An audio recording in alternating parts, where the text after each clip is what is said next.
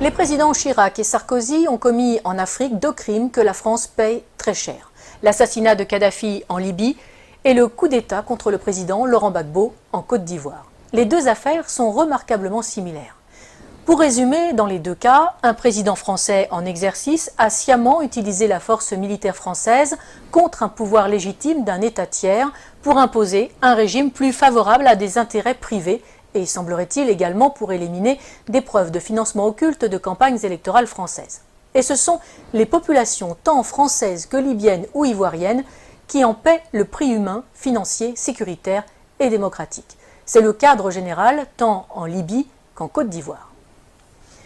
Sur le cas libyen, nous avons régulièrement sur ce même plateau détaillé les conséquences migratoires catastrophiques pour l'Europe et la France depuis que le verrou libyen a été brisé. Nicolas Sarkozy devra en répondre devant la justice, pour l'instant du seul volet financier qui a conduit à l'assassinat du leader libyen avec la complicité des services secrets français, mais il devra également rendre compte tôt ou tard avec le fauteur de guerre BHL des conséquences mortifères pour le peuple libyen et pour l'Europe. Ces 2 hommes ont du sang sur les mains et quel que soit leur caste, ils devront rendre des comptes. Le cas de Laurent Gbagbo est lui aussi exemplaire. Il est socialiste, mais il est surtout francophile, historien, écrivain, catholique, patriote et n'appartient à aucune loge franc-maçonne. Ce qu'il désire plus que tout, c'est que la Côte d'Ivoire se libère de la France-Afrique que nous avons dénoncée dans notre dernière édition. Il veut aller, comme il le dit lui-même, au-delà des discours. Je cite: « Pour l'instant, il n'y a que des discours, tant que les piliers seront debout, la présence de l'armée française, le franc CFA et le choix des présidents, la souveraineté des pays d'Afrique ne sera qu'un leurre et la France-Afrique, la réalité. C'est un anachronisme, un scandale tellement énorme, cette dépendance. » Fin de citation. Il va vite devenir l'homme à abattre, d'autant qu'il n'est pas prompt à accepter les exigences de Villepin ou de Chirac qui attendaient, selon ses propos, des valises de billets et pas des valises de francs CFA. Longtemps opposant à Félix Houphouët-Boigny, emprisonné pour cela par le Premier ministre de l'époque, un certain Ouattara, qui est désormais l'actuel président, il est élu à la présidence de la République de Côte d'Ivoire en 2000 face à Robert Guéhi. Dès lors, la France n'aura de cesse de lui faire quitter le pouvoir de gré ou de force. Dès 2002, il doit faire face à une tentative de coup d'État par des éléments armés par le Burkina Faso. Non seulement la France ne le prévient pas de l'attaque, comme Laurent Gbagbo le dira plus tard, bien sûr qu'ils ne m'ont pas prévenu puisqu'ils étaient dans le coup. Mais Michel Alliot-Marie, alors ministre de la Défense de Chirac, refuse de faire jouer les accords de défense pourtant imposés à l'indépendance en 1960 par Paris. C'est une affaire ivoiro-ivoirienne, dira-t-elle. Henri Emmanuelli, ancien président PS de l'Assemblée nationale, expliquera cette trahison par cette sentence, je cite, « Laurent Gbagbo a eu depuis le début un souci, faire de la Côte d'Ivoire un pays indépendant. C'est cela qui ne lui a pas été pardonné. » Pour Laurent Gbagbo, ce coup d'État est la conséquence directe d'une loi sur l'assurance maladie qu'il a fait voter. Une loi destinée à mettre en place 2 caisses, une pour les paysans, une pour tous les autres travailleurs, financées par les bénéfices du cacao, du café, de l'EVA, mais aussi des mines de diamants et d'or. Les compagnies de la France-Afrique y voient une menace trop grande pour leur marge. Le coup d'État est donc lancé. La moitié nord du pays sera depuis cette date sous la domination de bandes de pillards et de rebelles. L'immigration de dizaines de milliers d'étrangers et la distribution de cartes d'électeurs visent à fausser le vote des Ivoiriens et à faire main basse sur le sud, Eldorado agricole et minier de l'Afrique. 30% de la population ivoirienne est, selon les dernières estimations, d'origine étrangère. En 2010, lors de l'élection présidentielle à Bouaké, fief de la rébellion et de Ouattara, on relèvera 250 000 votes exprimés pour 150 000 électeurs inscrits. Mais les événements ne vont pas assez vite. Pire, le régime légal de Laurent Gbagbo tient bon et avance vers la modernité. Décentralisation, création de conseils généraux qui s'attellent à la construction de lycées, de dispensaires, de routes. Les succès du Sud, sous le contrôle du pouvoir légal d'Abidjan, font rêver les Ivoiriens de la partie nord qui subissent les pillages et l'arbitraire des rebelles qui soutiennent Ouattara. Laurent Gbagbo est de plus en plus populaire. Si Laurent Gbagbo n'est pas dupe, il confiera depuis sa cellule à La Haye, je cite, « Pour anticiper les coupes d'État, il me suffisait de suivre les cours du cacao », il fait preuve de retenue, accepte de discuter même avec les rebelles, et malgré le double jeu du gouvernement français.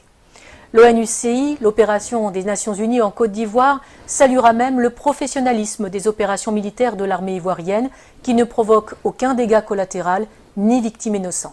Il faut donc trouver un prétexte. La première tentative majeure date du 6 novembre 2004. Deux Sukhoi de l'armée ivoirienne, pilotés par des mercenaires biélorusses, bombardent la zone de confiance, dénommée aussi ZOC, notamment à Man et Bouaké, et font 9 morts et 39 blessés parmi les soldats français. L'armée française réagit et détruit les moyens aériens de la Côte d'Ivoire, ce qui l'empêchera de lutter efficacement contre les rebelles. La force Licorne doit se lancer à l'assaut d'Abidjan. C'est la dernière partie d'un plan en 4 phases. Un plan qui a si bien réussi en Côte d'Ivoire que la France l'a appliqué en Libye et au Mali. D'abord, un appel à l'aide d'un gouvernement fantoche ou rebelle reconnu comme légal. Ensuite, une première promesse d'aide par l'organisation régionale qui se retrouve vite dépassée. Puis un mandat de l'ONU au nom de crimes contre l'humanité, viols, etc. Et enfin, l'intervention de la France sur le plan diplomatique, économique et militaire pour mettre en place les hommes choisis. Mais en 2004, la dernière partie cafouille.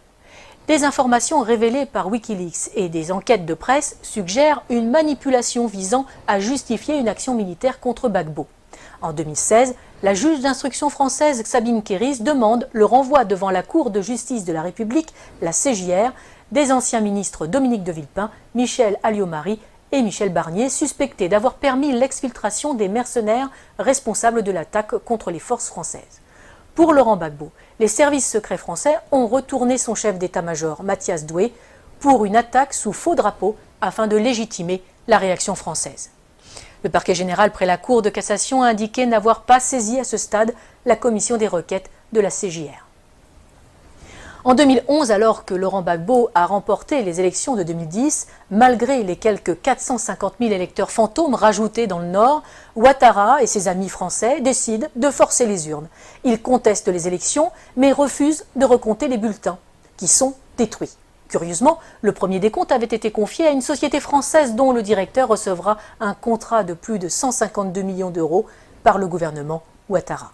Le 11 avril 2011, après 10 jours de combats à Abidjan et de bombardement de la résidence présidentielle par les forces spéciales françaises de la Force Licorne et l'ONUCI, Laurent Gbagbo est arrêté en compagnie de son épouse Simone par les forces françaises.